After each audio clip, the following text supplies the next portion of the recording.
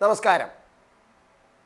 നടി ശോഭനയും ഇതാ സൈബർ ആക്രമണത്തിൽ ആകപ്പാടെ കഷ്ടപ്പെട്ടുകൊണ്ടിരിക്കുകയാണ്. അതായത് പൊങ്കാലയിട്ടുകൊണ്ടിരിക്കുകയാണ് CPM-ൻ്റെ സൈബർ സഖാക്കൾ.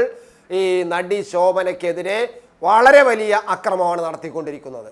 നടി ശോഭന ചെയ്ത കുറ്റം തൃശ്ശൂരിൽ പ്രധാനമന്ത്രി നരേന്ദ്രമോദി പങ്കെടുത്ത സ്റ്റേജിൽ അവരും കൂടി പങ്കെടുത്തു. അവർ ക്ഷണിച്ചതിൻ്റെ അടിസ്ഥാനത്തിൽ, വളരെ പ്രത്യേകമായി ക്ഷണിച്ചതിൻ്റെ അടിസ്ഥാനത്തിലാണ് അവിടെ അവർ പോയത്.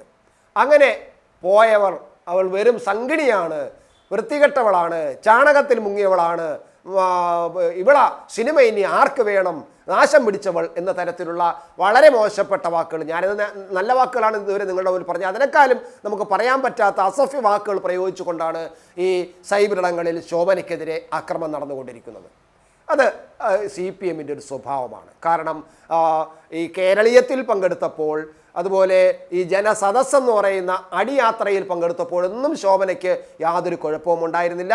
ശോഭന നല്ലവളായിരുന്നു, വളരെ വിപ്ലവകാരിയായിരുന്നു, കേരളത്തിൻ്റെ ഓമന പുത്രിയായിരുന്നു, മുത്തായിരുന്നു എന്നൊക്കെയാണ് പറഞ്ഞത്. പക്ഷേ പ്രധാനമന്ത്രി നരേന്ദ്രമോദി പങ്കെടുത്ത ഒരു സ്റ്റേജിൽ ചലച്ചിത്ര നടി ശോഭന എത്തിയപ്പോൾ അവൾ വെറും ചാണകത്തിൽ വീണ വൃത്തികെട്ടവളായി മാറി എന്നതാണ് കാണുന്നത്.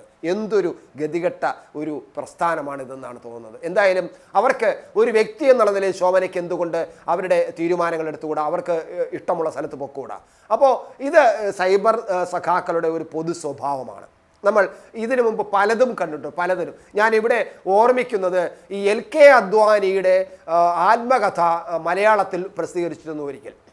അങ്ങനെ മലയാളത്തിൽ പ്രസിദ്ധീകരിച്ചപ്പോൾ അന്ന് ആ പുസ്തകം ഏറ്റുവാങ്ങിയത് മമ്മൂട്ടിയാണ്. നമ്മുടെ പ്രിയപ്പെട്ട നടൻ മമ്മൂട്ടിയാണ് LK അദ്വാനിയുടെ ആത്മകഥ മലയാളത്തിൽ പ്രസിദ്ധീകരിച്ചപ്പോൾ ഏറ്റുവാങ്ങിയത്. അന്ന് മമ്മൂട്ടിക്കെതിരെ യുവന്മാരൊന്നും മിണ്ടിയില്ലല്ലോ. അന്ന് മമ്മൂട്ടി കൈരളിയുടെ ചെയർമാൻ തന്നെയാണ്, അന്നും ഒരു CPM-ൻ്റെ സഹയാത്രികൻ തന്നെയാണ്. അപ്പോൾ എന്നിട്ട് എന്തുകൊണ്ട് അന്ന് ഈ സഖാക്കൾക്ക് മമ്മൂട്ടിക്കെതിരെ പൊങ്കാലയിടാൻ കഴിഞ്ഞില്ല? അപ്പോൾ അവിടെയും മുഖം നോക്കലുണ്ട് അല്ലേ? വേണ്ട, എന്തിന്? ജയസൂര്യ ഒരു കൃഷി മന്ത്രിയുടെയും അതുപോലെ 1-2 മന്ത്രിമാരുടെയും വച്ചിട്ട് ജയസൂര്യ കർഷകർക്ക് വേണ്ടിയിട്ട് ആത്മാർത്ഥമായ 1-2 കാര്യങ്ങൾ പറഞ്ഞു. തീർന്നു ജയസൂര്യയുടെ കാര്യം. അങ്ങനെ ജയസൂര്യക്കെതിരെ വളരെ വലിയ ആക്ഷേപങ്ങളും ഈ പറയുന്ന സൈബർ ആക്രമണങ്ങളും അസഭ്യവാക്കുകളും ഈ സൈബർ പോരാളികൾ, CPM പോരാളികൾ നടത്തി. എന്നിട്ട് പറഞ്ഞു, നിന്റെ സിനിമ ഇനി ആരും കാണൂലടാ എന്നൊക്കെ പറഞ്ഞുകൊണ്ടുള്ള ചില മോശപ്പെട്ട വാക്കുകൾ ഉപയോഗിച്ചു. പക്ഷേ ജയസൂര്യയ്ക്ക് ഒന്നും സംഭവിച്ചില്ല. ജയസൂര്യ ഇപ്പോഴും സിനിമ വരുന്നുണ്ട്, അയാളെ സിനിമ ജനങ്ങൾ കാണുന്നുമുണ്ട്. എന്തിന്? നമുക്ക് മാത്രമല്ല, ഒരു കാര്യം കൂടി ഞാൻ പറയാം അക്കാര്യത്തിൽ.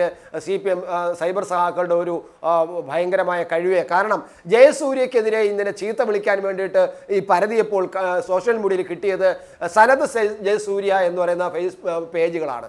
ഉടനെ തന്നെ ജയസൂര്യ എന്ന പേരുള്ളതുകൊണ്ട് സനത് ജയസൂര്യ എന്ന് കേട്ടില്ല, അതൊരു ക്രിക്കറ്റ് താരമാണെന്നും തിരിച്ചറിഞ്ഞുകൂടാ.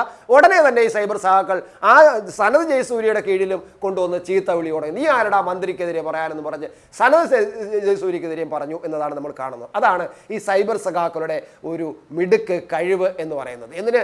സുരേഷ് ഗോപിക്കെതിരെ എന്തെല്ലാം പറഞ്ഞു. സുരേഷ് ഗോപി ഈ അടുത്ത കാലം വരെയും ഇപ്പോഴും സുരേഷ് ഗോപി സൈബർ ആക്രമണത്തിൽ സുരേഷ് ഗോപിയുടെ പടം പൊട്ടപ്പടങ്ങളാണ്, വൃത്തികെട്ടവൻ എന്നൊക്കെയാണ് പറഞ്ഞത്. പക്ഷേ സുരേഷ് ഗോപി ഇപ്പോഴും സിനിമ അഭിനയിക്കുന്നുണ്ട്, ആൾക്കാർ കാണുന്നുണ്ട്, സുരേഷ് ഗോപിയുടെ സിനിമകൾ നന്നായിട്ട് ഓടുന്നുണ്ട്, വിജയിക്കുന്നുമുണ്ട്. ഈ സൈബർ സഹാക്കൾ ഇങ്ങനെ വായ ഓടിച്ചുകൊണ്ടിരിക്കാമെന്നല്ലാതെ ഒരു കാര്യം മനസ്സിലാക്കുക, നിങ്ങൾ ആരെയാണോ സൈബർ ആക്രമണം നടത്തുന്നത് അവർ ഇവിടെ നായകരായി മാറുന്നു, ഫിഗറായി മാറുന്നു എന്നത് നമ്മൾ കാണേണ്ടതാണ്.